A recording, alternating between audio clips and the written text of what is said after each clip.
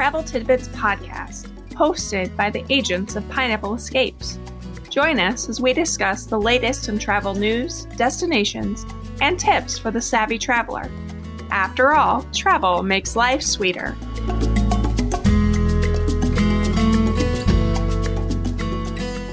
Hello, and welcome to episode 28 of the Travel Tidbits podcast. I'm Ashley Hunn, one of the travel agents for Pineapple Escapes.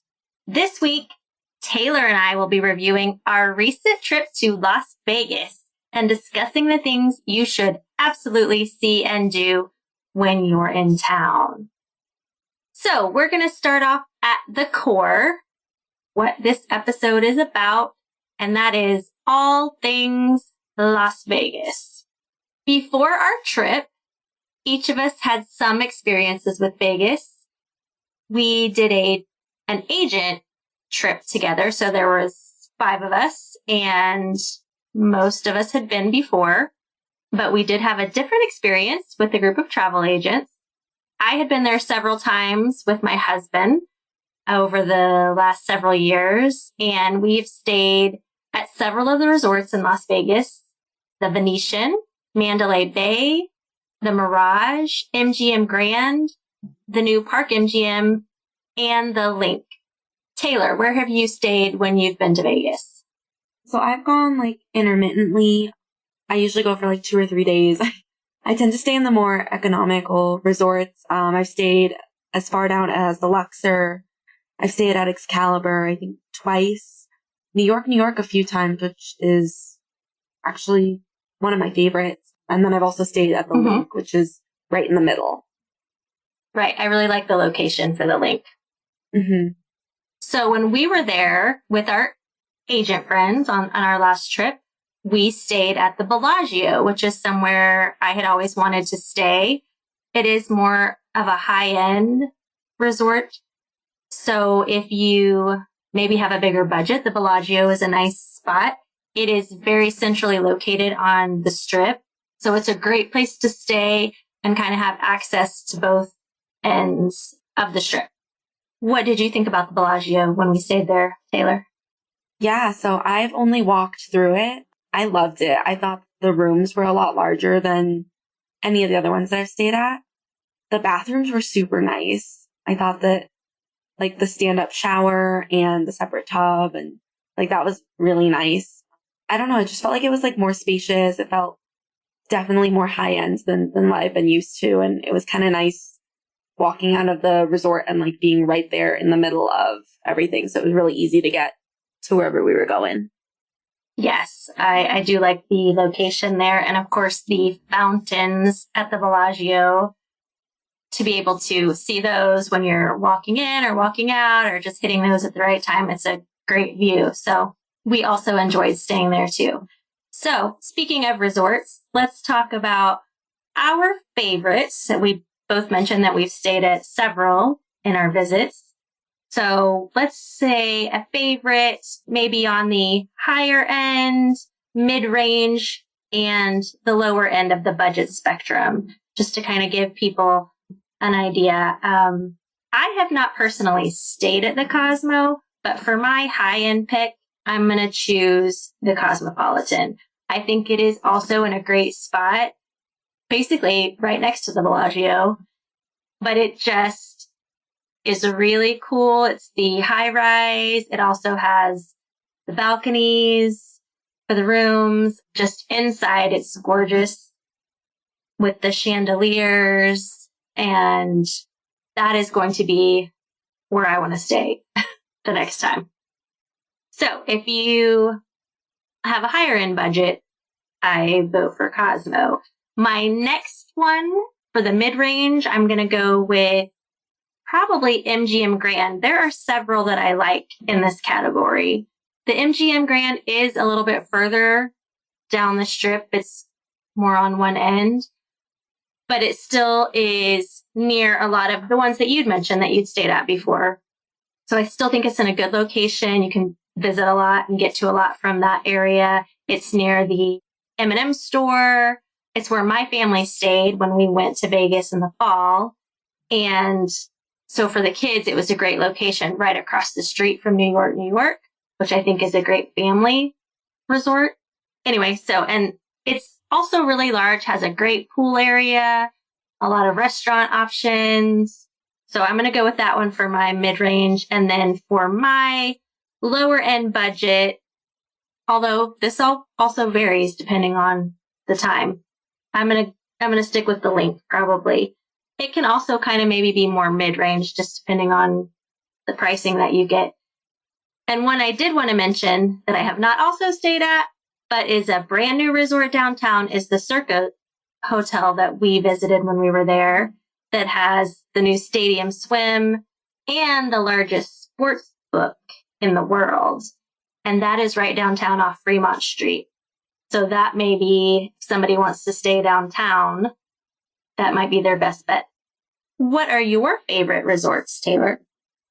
I guess for high-end budget, and again, like you said, the price will vary based off the season, but yep.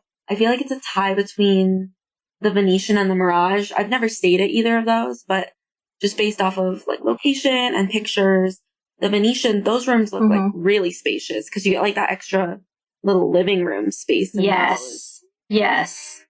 And then the Mirage, I agree. I think the Mirage is just like, it's clean. It gives you more of like that tropical feel, which I really like when I like the theming with that one. And the rooms also seem like pretty spacious. For mid-range budget, I put the Link for that one. I guess I consider that one mid-range because it's like middle of the strip. So it's like you can stay there on like a budget and like kind of be in the middle of everything. Breaking the bank. Yeah. I also like love, they have a Hash House A Go-Go there, which is, I love that place. Okay. Yes. And yeah, I just think I like the Link Promenade there too, because that one's fun. Mm-hmm. And then I think for like I agree. Like lower budget ones, that one's also a tie between Luxor and New York, New York. I stayed at both of those. I liked Luxor because it's kind of a little bit farther down from the strip, so you're not like hearing a lot inside of the hotel rooms. So you're kind of like distanced more. Mm-hmm. And like some of the rooms, they're called pyramid rooms. So they have like the slanted walls, which are really cool. Yeah, I have never stayed there, but yeah, they're really cool. Don't even think it's that much more to stay in one of those. And then New York, New York, that one, like you were saying, it's like a very family friendly one. I've actually stayed there with my family twice. And when we were walking through there, like, I really like the theming of the lobby itself because it got like the cobblestone or the brick walkways and then more of like the city, like downtown New York vibe. But those rooms are still pretty spacious and you don't get a lot of like the smoking feeling when you're in that one. So it's a lot cleaner than some of them. Yeah, I also like New York for families. Just like you said, the theming, it's like you're in New York City, walking through there, the restaurants. Mm-hmm. They also have the Hershey store is on the outside, several other little stores, Shake Shack, a lot of little places. And it's right next to Park MGM there, right on the side. And the T-Mobile Arena is back there. So it's a good location if you want to go to, the Knights games. The hockey team. Oh, and New York, of course, has the coaster and a huge arcade. Kids, all of that. Okay, so we were just talking about food a little bit. New York has a great pizza place inside. But for my favorite, we're going to transition from resorts to food now.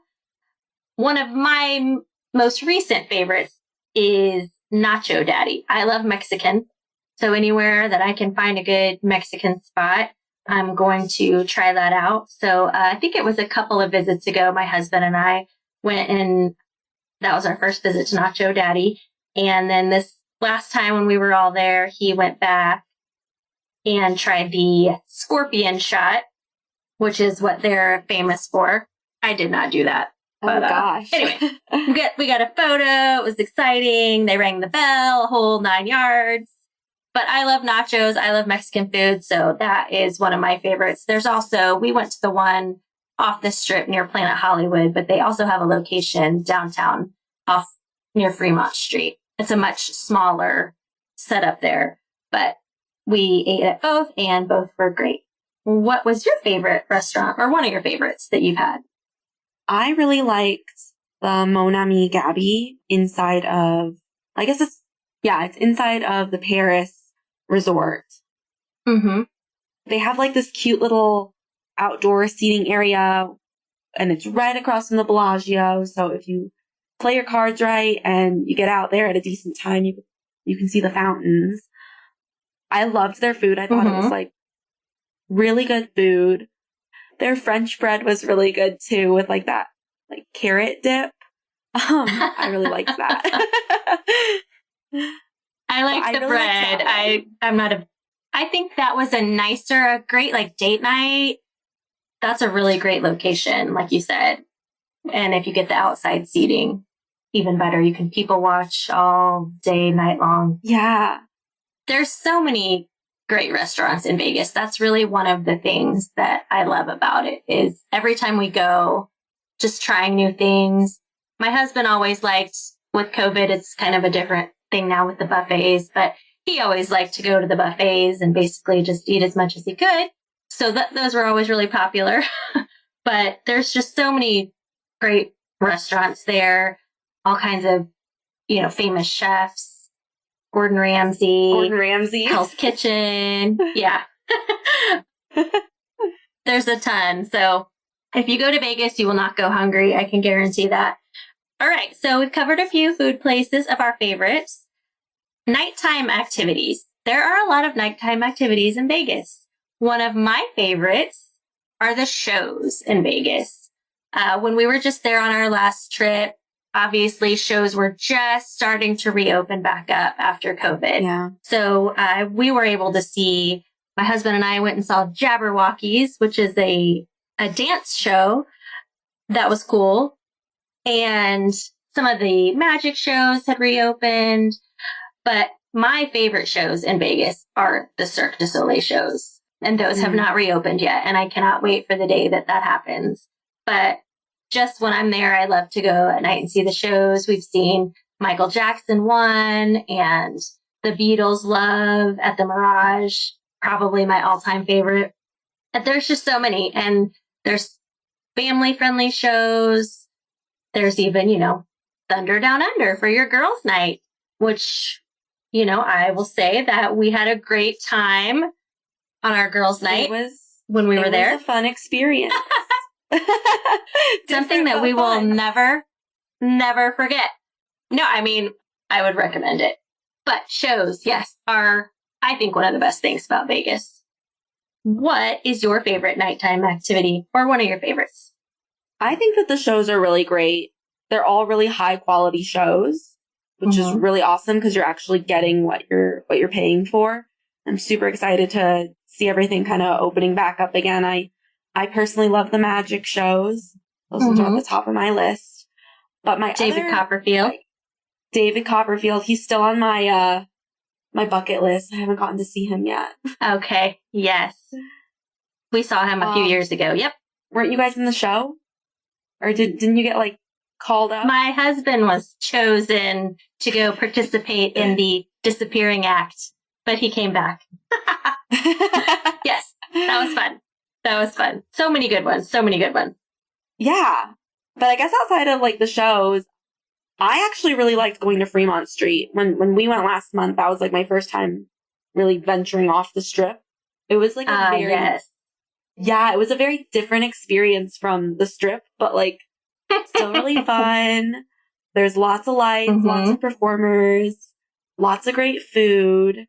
I liked the energy down there. It's definitely going to be something for 21 up people to do at nighttime, but that's fun to do one night. I also really liked doing the high roller, but if you do that, you definitely want to go at nighttime because I don't know, Ashley, did you feel like we could see a lot more and it was more fun, I guess, at night?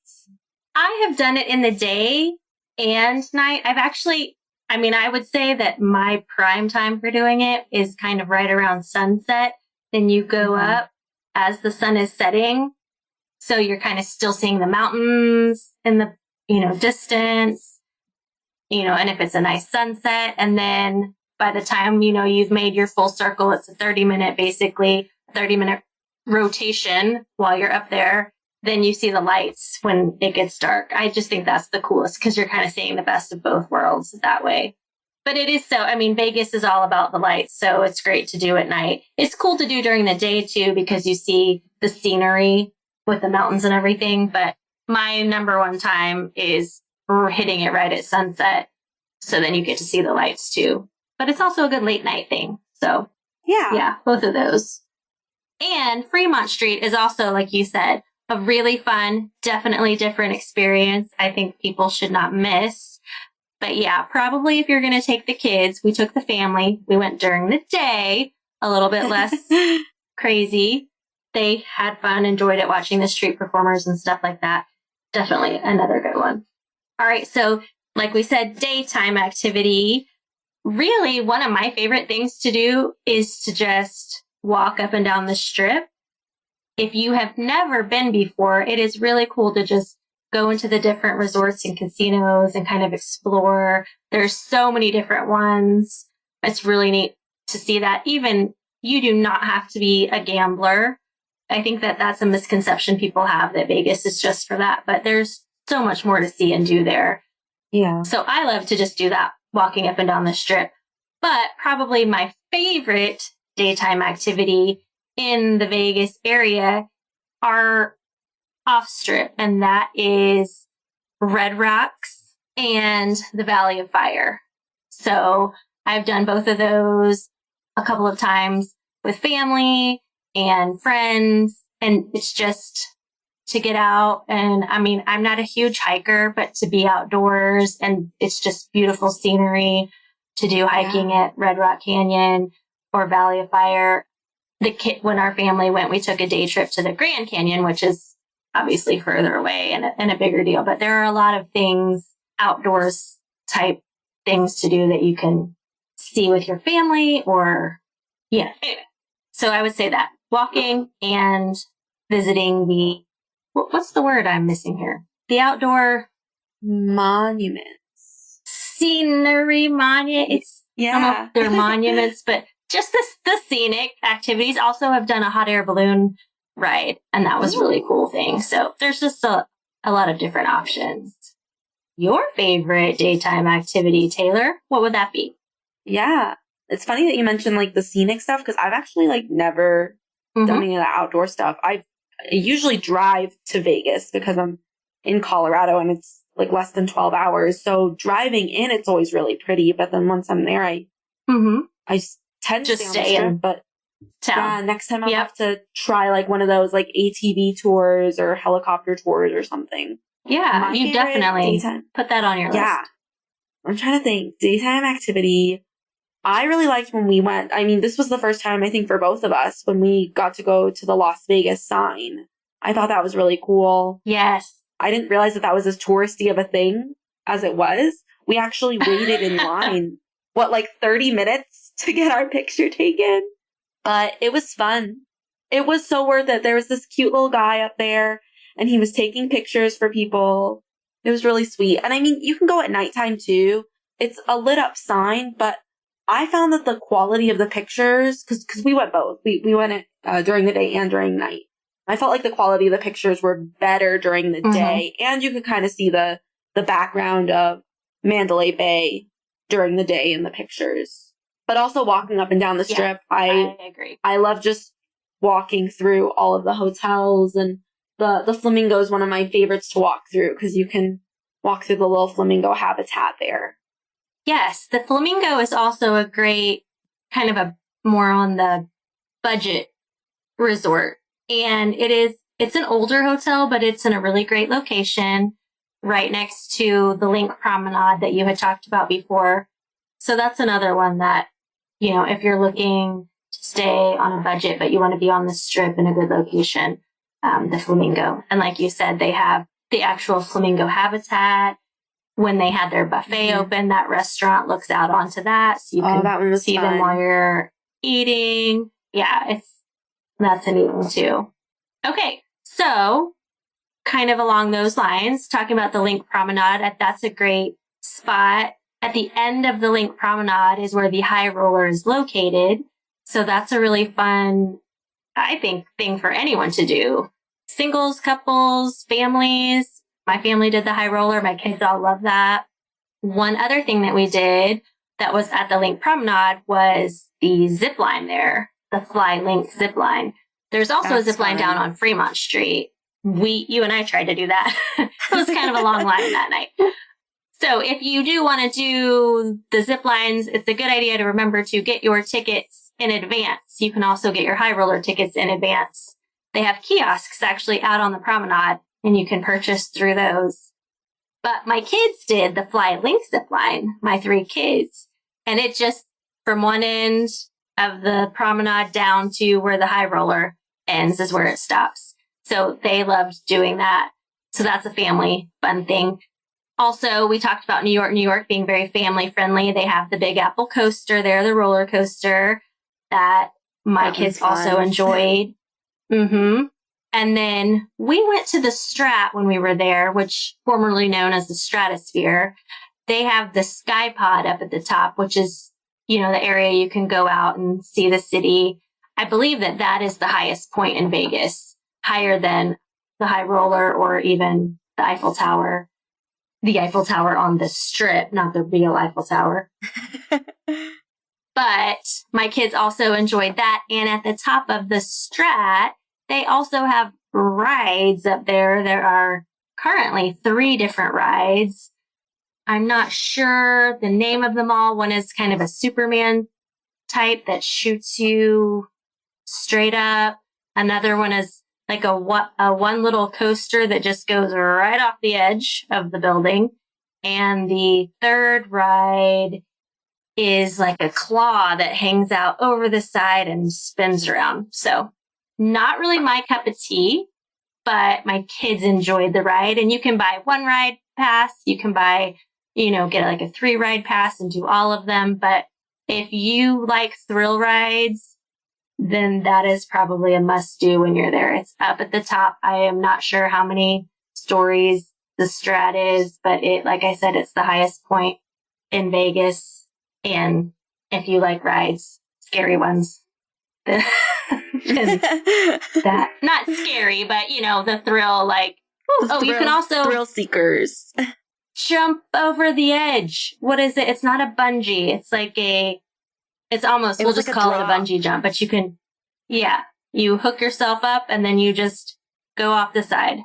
Yeah. So if you like that kind of thing too, but there's just a lot of family friendly things. So those were just some of the things that we did. What did you like that we did that you think would be great for families?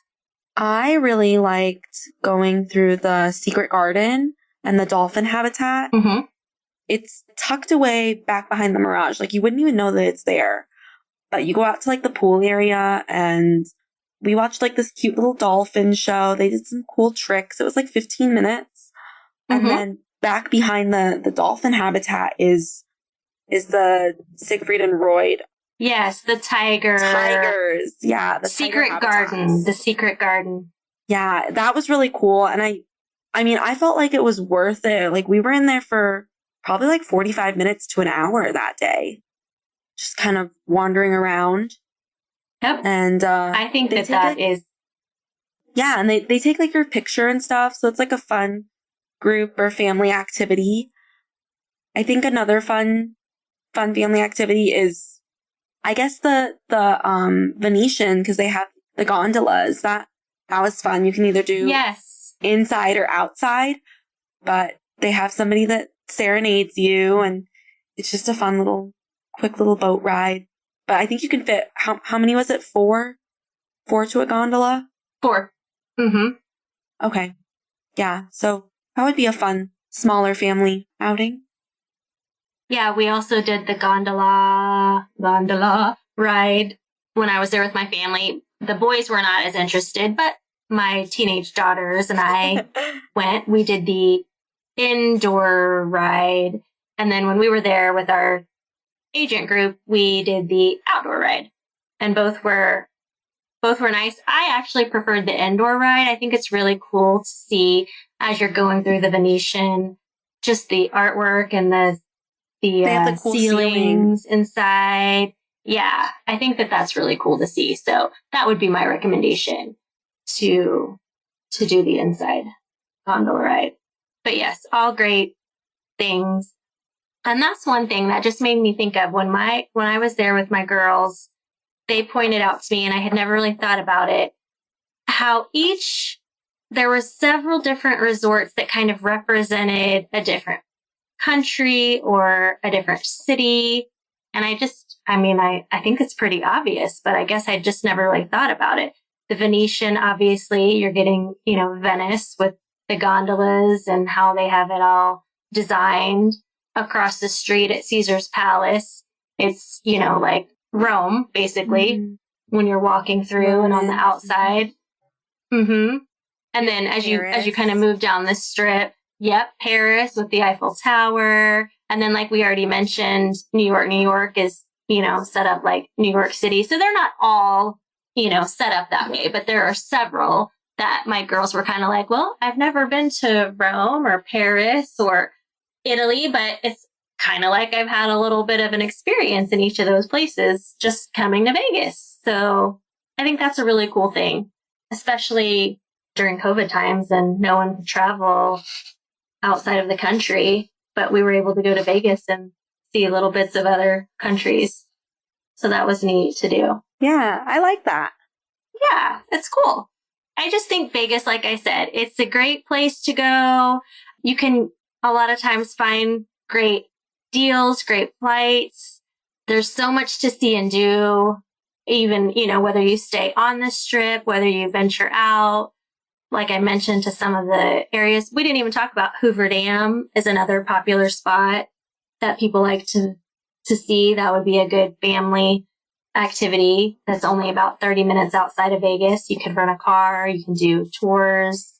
So we talked about the restaurants. There's a ton of great shopping.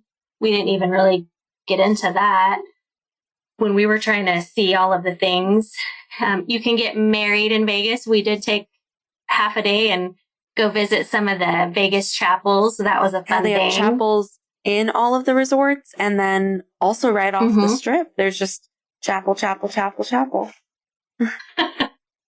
Yeah, definitely not a shortage of those. So, and then you can have your wedding and your honeymoon all in one spot. Go to some shows. Oh, and that's another thing. I mean, they are still, as we kind of ventured off, we could see a lot of the work they were doing kind of after you left the strip on down toward downtown, putting up some new hotels, doing some road construction. And I think it was I don't remember the name of the one that was going up, but I know it's going to be opening soon. And they're going to have a residency. Resort World, yes. So that will be a residency. And I think Luke Bryan is going to have some concerts there. And Carrie Underwood, I believe, is the other, a couple of country artists. So that's another thing. You have the shows, but you also have a lot of great artists that go out and do residencies in Vegas. I saw Britney Spears when she was there a few years ago. I'm also wanting to see Kelly Clarkson when she comes back. And Boyz II Men at the Mirage is another one on my bucket list that I want to see. So there's just, we could keep talking forever, but we're going to kind of try to wrap it up now here. Yes, there really is. I just really think that's why we keep going back. But we're going to talk about our crushed it, our travel favorite of the week.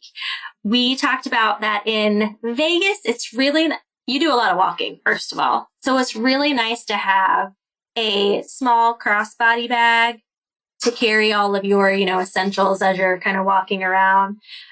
Taylor picked out the camo crossbody bag that we will link to in our show notes. Taylor, what do you like about the crossbody bag that you picked as our travel favorite?